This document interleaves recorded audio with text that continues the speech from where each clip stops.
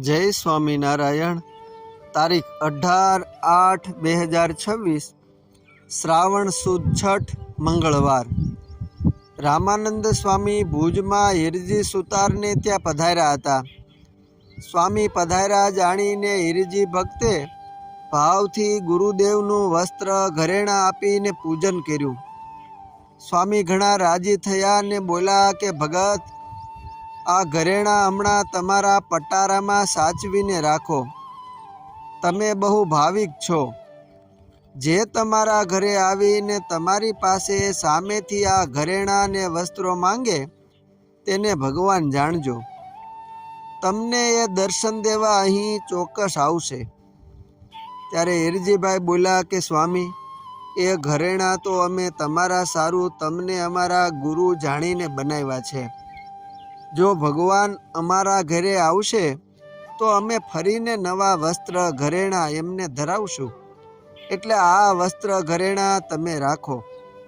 આમ ઘણી વિનંતી કરી પણ રામાનંદ સ્વામી માન્યા જ નહીં ને બોલ્યા કે ભક્તો, અમે ત્યાગી સાધુ, આવા કિંમતી વસ્ત્ર ઘરેણાં અમને ન શોભે। સ્વામી બપોરે એક સોનીને ઘેર જમવા પધાર્યા। તે સોનીએ પકવાન બનાવ્યા। ત્યારે સ્વામી કહે, હવે અમારાથી એ પકવાન નહીં જમાય, દાળ રોટલા કરો તો જમીએ। એમ કહીને દાળ ને રોટલા જ જીમ્યા। જમીને સોની ભગતે પૂજન કરવા સારું એક ડાબલીમાં સ્વામીને પહેરાવા સારું સોનાનો વેઢ ધર્યો। ત્યારે સ્વામી કહે, એ વેઢને તમે ખુદ ભગવાન પધારે ત્યારે એમને ધરાવજો। હાલ એ લોજમાં પધારી ચૂક્યા છે। એ પોતે તમારા ઘરે પધારશે ને અંતર્યામીપણે તમારી પાસેથી માંગશે ત્યારે તમે એમને પહેરાવજો ને ભગવાન જાણીને એમનો આશરો કરજો। તમારું કલ્યાણ થશે। અમે તો હવે લોજ જઈને જ થાળ જમીશું। સમય જતાં રામાનંદ સ્વામી લોજ પીપલાણા પધાર્યા। પ્રભુને મળ્યા। સર્વેશ્વર શ્રી હરિને સંપ્રદાયની ગાદી જેતપુરમાં સોંપી ને રામાનંદ સ્વામી થોડાક સમયે ફરેણીમાં અક્ષરધામ સિધાવ્યા।